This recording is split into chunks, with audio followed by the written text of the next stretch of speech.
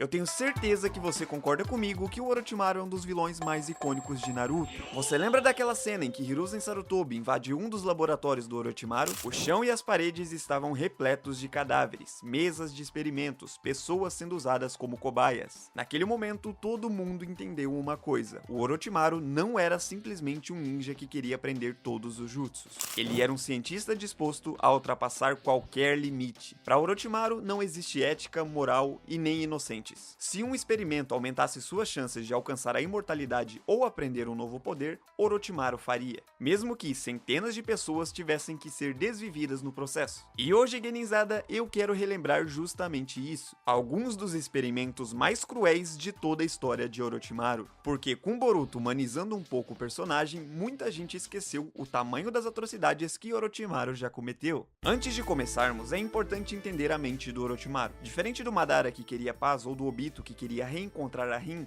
o Orochimaru nunca teve um grande objetivo altruísta. O sonho dele era muito simples: aprender tudo e dominar todos os jutsus. Porém, existe um problema: um ser humano vive muito pouco. Nem mesmo um gênio conseguiria aprender tudo antes de ser desvivido. Então, ele chegou à conclusão que precisava de mais tempo. E foi justamente essa obsessão que transformou um dos maiores prodígios da história de Konoha em um verdadeiro monstro. Vamos começar por um experimento bem conhecido, porém pouco comentado: as crianças do Mokuton. Depois que Hashirama Senju se foi, o corpo dele virou praticamente o maior tesouro científico do mundo ninja. Todo mundo queria entender como ele era capaz de usar a liberação de madeira. Então, o Orochimaru fez aquilo que só ele teria coragem. O cientista pegou células retiradas do cadáver do primeiro Hokage e começou a implantá-la em crianças. Não foi uma, duas, três, quatro ou cinco. Foram cerca de 60 crianças sequestradas. Crianças que desapareceram sem deixar rastros. Famílias inteiras provavelmente passaram anos esperando um filho voltar para casa.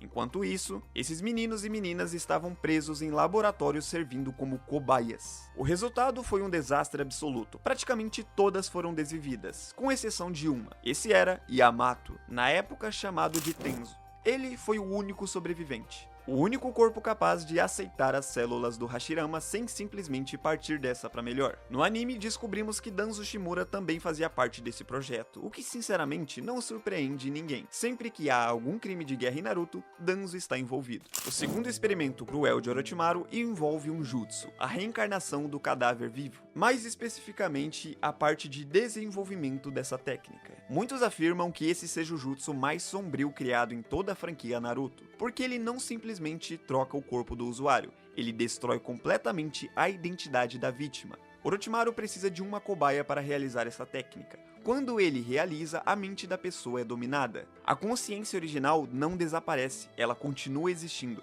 porém aprisionada. Imagine só estar vivo, consciente, sentindo tudo, mas sem conseguir mover um único músculo, sem conseguir controlar o seu próprio corpo, assistindo outra pessoa viver usando a sua identidade. E essa pessoa ser Orochimaru, um dos maiores criminosos do mundo ninja. Quando Orochimaru eventualmente trocar de corpo novamente, essas almas vão acompanhar ele para o próximo corpo. Ou seja, é basicamente uma prisão eterna, afinal Orochimaru também busca a imortalidade. Só essa ideia já é perturbadora. Agora imagine quantas pessoas foram desvividas durante o desenvolvimento dessa técnica, porque obviamente ela não nasceu perfeita. Quanto tempo levou até Orochimaru descobrir como transferir uma alma? Quantos corpos falharam? Quantas cobaias foram usadas? O mangá nunca responde, e talvez seja até melhor assim. E foi justamente com esse tipo de experimento que aconteceu uma das cenas mais pesadas de Naruto. Como eu já citei antes, quando Hiruzen finalmente encontra o esconderijo de Orochimaru. Após Orochimaru abandonar a Vila da Folha, a situação ficou ainda pior.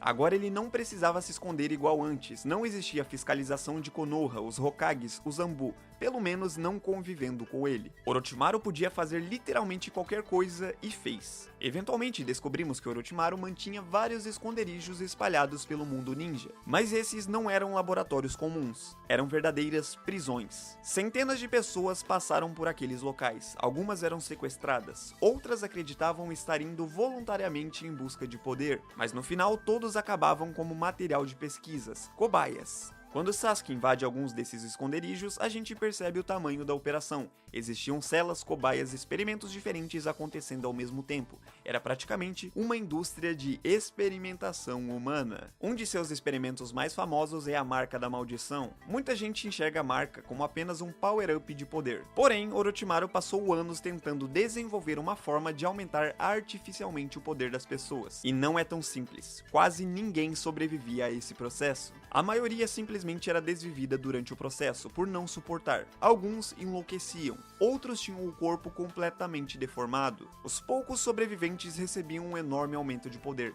mas pagavam um preço altíssimo. O próprio Sasuke Uchiha quase foi desvivido quando recebeu a marca, e o próprio era um dos maiores prodígios da sua geração.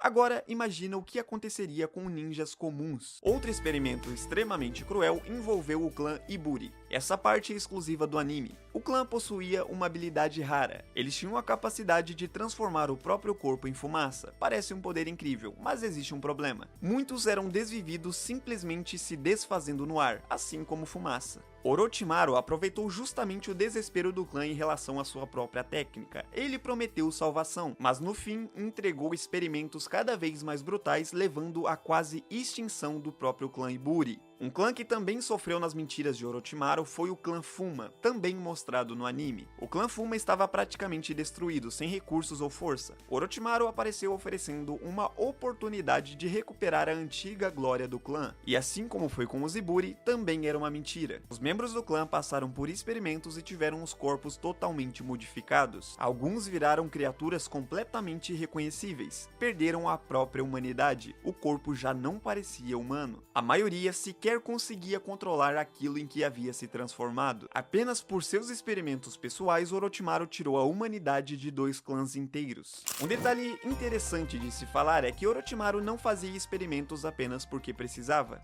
Orochimaru adorava observar os resultados. Diversas vezes vemos ele tratando pessoas como simples objetos, não existe empatia ou culpa. Para ele, os humanos eram como ratos. Outro detalhe assustador é que muitos dos subordinados dele nem sabiam que eram experimentos. O próprio Kimimaro, por exemplo, mesmo sendo tratado com um pouco de mais respeito, também foi estudado o tempo inteiro por causa de sua Gekkei Genkai. Oshiko Tsumiyaku, Kabuto, Anko, os usuários da Marca da Maldição, Suigetsu, Jugo, praticamente todo mundo ao redor de Orochimaru acabava de alguma forma servindo como objeto de pesquisa. O assustador é perceber que muitos experimentos davam certo. Yamato realmente ganhou o Mokuton, a Marca da Maldição realmente aumentava o poder, tudo funcionava, o problema era o preço. Para cada sucesso, provavelmente existiam centenas de fracassos, e para cada fracasso, ao menos uma pessoa. O Orochimaru com certeza é o personagem que mais ultrapassou limites em toda a franquia Naruto. O Ben destruiu Konoha, Obito iniciou uma guerra, mas nenhum deles passou décadas sequestrando crianças, abrindo pessoas vivas, criando prisões para experimentos humanos, ou até mesmo desenvolvendo técnicas que condenam almas à escravidão eterna. Mas enfim, guinizada, comente aí o que você achou desse vídeo e comente também se eu esqueci de algum dos experimentos do Orochimaru. Deixe seu like, se inscreva e eu te espero numa próxima.